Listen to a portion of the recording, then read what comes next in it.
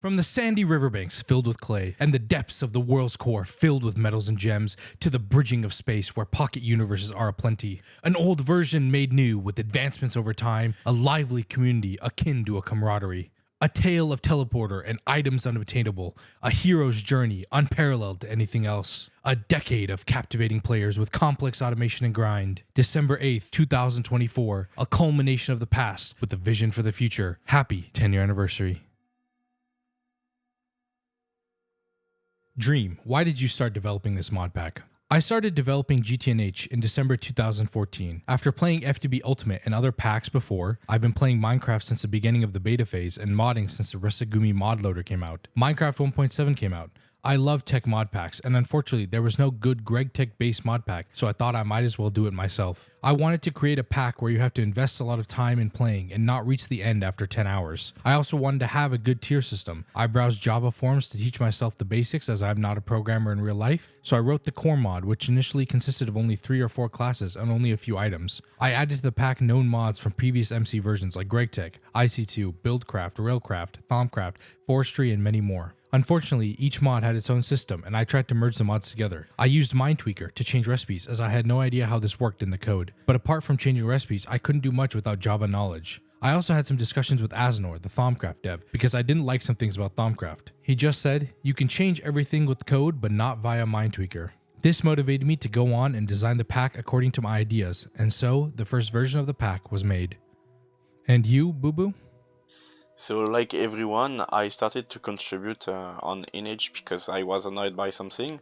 So for me it was some lag issues, as I was annoyed at how low the TPS were on Delta, which is the oldest official server. No, I keep doing it because I like doing the annoying stuff no one else wants to do. So I'm doing a lot of contribution no one will usually notice unless you start digging into the GitHub. But I also added some noticeable stuff as well in the pack, such as, for example, the stuff of teleportation or the infinite pump. But what's really great with NH is that you really you don't need much knowledge about how to code stuff. As long as you are motivated, it's usually enough to fix the small annoyance you end up facing in the pack. What was the inspiration for the original direction of New Horizons? At first, I planned to make an FTB clone, but soon I started to realize my own ideas like merging technology and magic mods. I also discovered GitHub as a platform to share code and learn Java. Discord didn't exist at the time. I don't remember exactly how we communicated, there was IRC chat and others. Soon the team got bigger and I met Namicon, who played the pack enthusiastically. A professional coder who rewrote the whole core mod for me and expanded it according to my wishes. He was also the creator of the first quest book with over 100 quests in the hardcore questing mod. He made part of his server available, and so we had the first alpha server running where we soon found players. We still had to finance the whole thing ourselves as there was no donation system. In 2016, Sandman911, an Indian GTNH player, joined us and founded a Discord server for our GTNH, which I later took over. Now the team grew rapidly. At that time, there were only the Stone Age to IV tiers. LUV and ZPM was just being developed by Blood ASP, a GT developer, with the clean room and assembly line, and the game stopped at UV. But you could say LUV, ZPM, and UV were still relatively empty tiers. Also, using Stargate as an endgame goal was not clear at that time. Boubou, for you, what were the tough decisions that led up to this point? For me, there are 3 big decisions that were hard to make. The first one was to put the pollution rework on hold. Years ago, we opened a new channel called Pollution Rework. The idea was to ask people about how should be pollution in the pack, because right now it's really bad. But the channel constantly went in circles, so we had to archive the channel.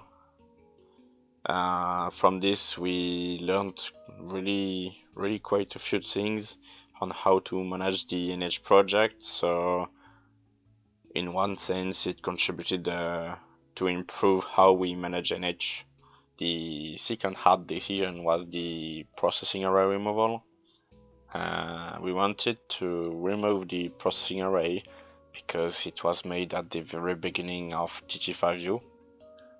It was during the days in which coding a multi-block was an actual nightmare. So In this context, it was a valid trade-off between allowing infrastructure scaling for players and complexity of mod development. But with the introduction of GT++ and the creation of the new APIs such as structure lib, for instance, the meaning of processing arrays was slowly fading away. So we wanted to get rid of that, and there was a lot of pressure from the community to keep it. And in addition of that, we handled the first removal very poorly, so we had to roll it back, calm the community, and take the time to actually do the removal properly, which means that we had to add several new multi-blocks to the pack. So overall, I'm really satisfied in how things ended up, but it was an actual pain to to process. And the last big decision was to rework how contributions are performed. We used to go by a community-driven contribution system. This definitely worked before because, as you can see, GTNH is what it is thanks to that system. But this system has its lot of issues. For instance, if you were to contribute on something we don't want before asking us, you will basically lose your time. Another big issue is that we can lose overview of the development due to a constant flow of contribution we didn't plan. This makes it hard for us to decide what should go in what version. So to fix these issues, we are preparing a new contribution system.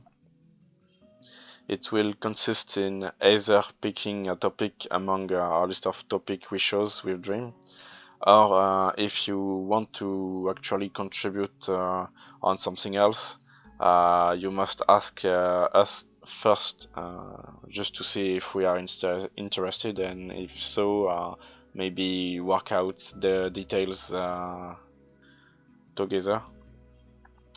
And if you don't do this, then we will likely reject your contribution. Also, each topic will have a kind of manager. This will allow for more flexibility in the development, because it's really hard for us as admins to keep track on what is done and at what pace.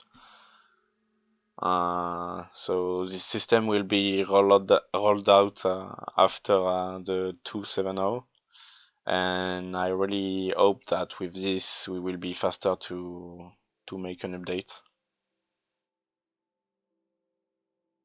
And how do you feel about the current state of the pack? I used to find the endgame quite terrible, so because of this, I have put on hold my playthrough for almost 2 years now. But with the 2.7.0, I actually consider playing again because a lot of stuff has changed, and we also initiated a series of endgame reworks that will continue in the 2.8.0.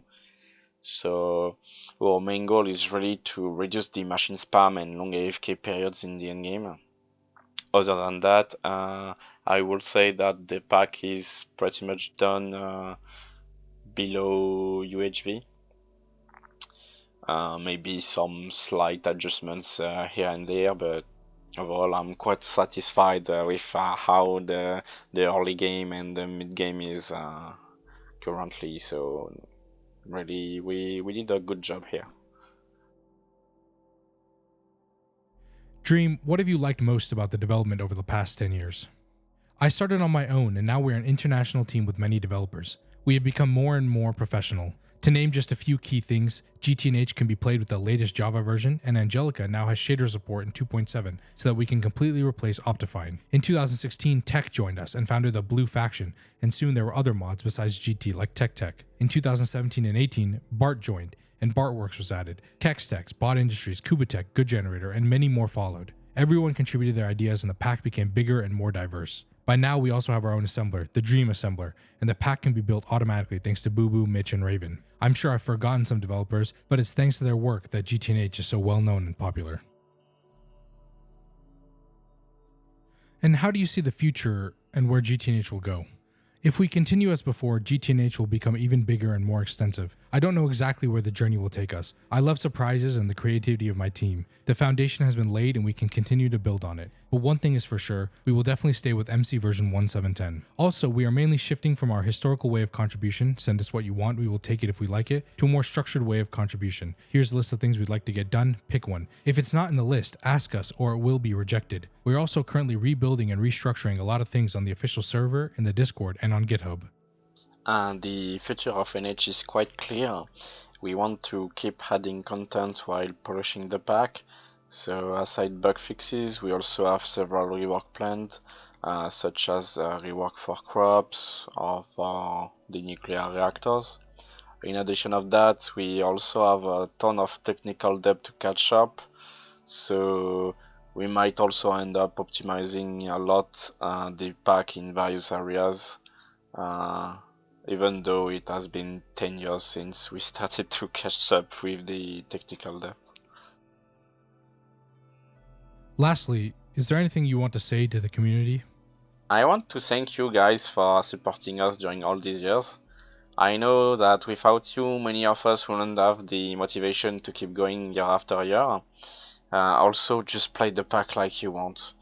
Enjoy it as much as we enjoy making the pack, and I hope we will continue to match your expectation regarding the quality of the NH updates.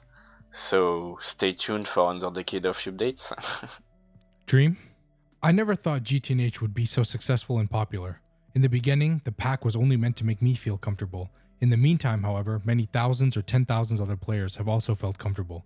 Thank you for that, and I hope there will be more. To all the fans and players who have opened the pack and clicked Start World, to the content creators who have and will continue to showcase this pack on a global stage, and to the many devs and contributors who have poured countless hours to make GTNH the best modded experience that exists. Thank you for making this community great. You are all what makes us want to play every day and why we all fell in love with this pack. From Dream, Boubou, and myself, happy 10-year anniversary.